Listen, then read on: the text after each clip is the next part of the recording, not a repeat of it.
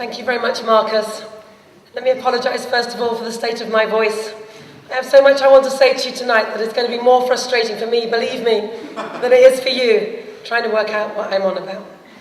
But first of all, I want to really thank you, all of you, for coming here tonight and to share with us the launch of the Green Party's bid to win the Brighton Pavilion seat at the next general election. And our guests here reflect the fantastic diversity of communities and interests in Brighton. Tonight we have with us people from the business community and from the arts world, from schools and colleges, people working with young people, people working with older people, people with disabilities, carers, the LGBT community, people working in transport, in the media, on food issues, people from public, private and community sectors, people together striving to represent residents and communities and to protect and preserve what makes Brighton special.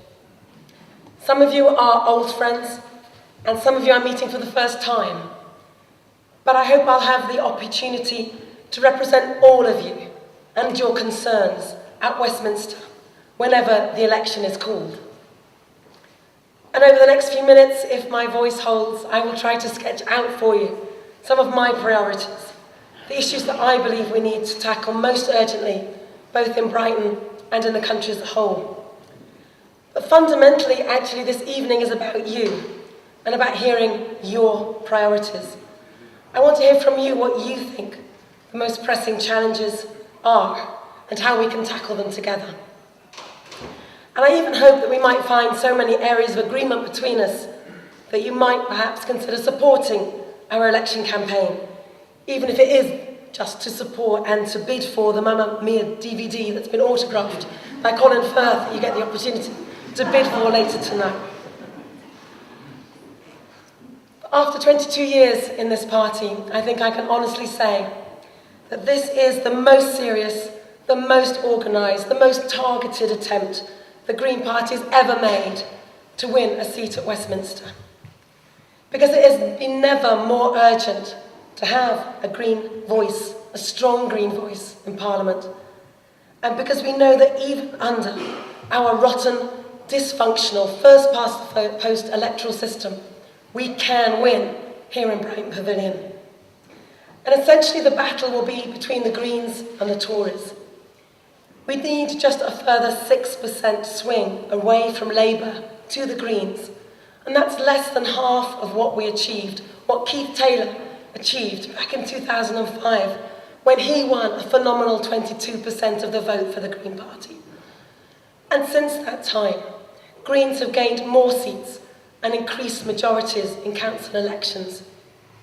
We now have more city councillors in this constituency than any of the other political parties. And at the European elections just a few months ago in June, we came ahead of all the other parties, across Brighton and Hove, winning over 30% of the vote, 6,000 votes ahead of the Tories, over double the number of votes that the Labour Party got. And while Brighton is undoubtedly a special place, it's not unique in that regard.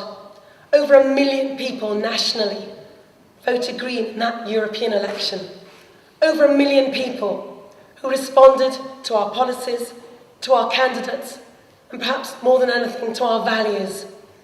1 million voices calling for honesty in politics, for tackling the issues that really matter.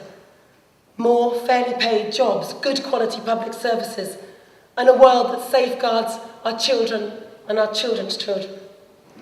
1 million people who wanted fairness from a party that they could trust. People are crying out for positive change. And as Greens, we're committed to delivering that by getting our first MPs elected to Westminster at the next general election. There are those who will peddle the myth that during a recession, green issues don't really matter very much. And that's proven wrong again and again at the ballot box. But some people will still claim it because they've got the wrong idea about the Green Party.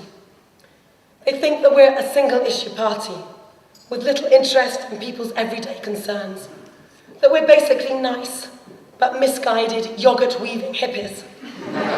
Well, I think we are nice. And I like yoghurt as much as the next person. But this caricature is about as accurate as a London to Brighton train timetable on a wet Sunday afternoon with works on the line.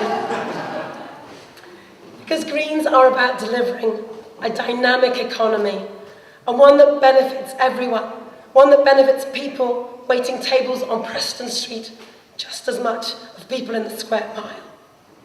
Greens are about fighting the privatisation of public services, promising good state schools, defending the NHS as a local, free at the point of delivery public service, so that everyone can get decent healthcare, and so that we don't have to pay extortionate fees to private shareholders for the privilege of having a 21st century facility at the Royal Sussex Hospital. Greens are about investing in our infrastructure, so that Brighton's residents and businesses can actually rely on that rail line, and that they can actually afford to use it. We're leading the fight on climate change and environmental protection with policies that are led by science, not by political convenience, and you can take that as read. But Green concerns are rooted in social and economic as much as environmental justice. I believe that fairness is worth fighting for, and in a recession, that doesn't change. It's not as if caring about inequality or discrimination is just another luxury we can give up, like that extra cappuccino on the way to work. As if fairness is just another fashion, in this week and out the next. The residents I've met on the Pankhurst estate certainly wouldn't agree with that. As if lobbying for more resources for carers is asking too much. I'm sure the carers I've met with, who are supported by the brilliant Carers Centre, wouldn't see it that way. Or as if campaigning to reduce the number of children killed on our roads by bringing in a 20-mile-an-hour zone in residential areas is somehow a distraction from the real business of politics. Green concerns are everyday concerns, and we believe that in hard times, the Greens are needed more than ever. One of the key pledges we're making in our campaign is to work for a fairer economy. The gap between rich and poor in this country is growing, and I think it's nothing short of scandalous that under a Labour government, inequality is actually rising, not falling, that 1 in 5 children in this country is living in poverty. And how can this government stand by as bankers start paying themselves grotesque salaries again, while the rest of the country pays their debts for them? You know, the government says that you have to pay a market rate to get the best people. Yeah, I know the best people. In other words, unless you pay bonuses of £1 million, well, you just can't get the staff. Well, tell that to the hard-working people of this country and of this city. Hospital cleaners on the minimum wage, shop workers on graveyard shifts, social workers trying to protect the most vulnerable. And let's be clear, they probably do a much better job of running up banks as well, because they may not have large expense accounts or teams of consultants telling them what is, frankly, common sense. But they're more likely to have what's really needed, a sense of fairness. And the Green position is very clear. However clever or experienced you are, if profits and bonuses for the few is why you're there, then you're not fit to run a bank, never mind to run a country.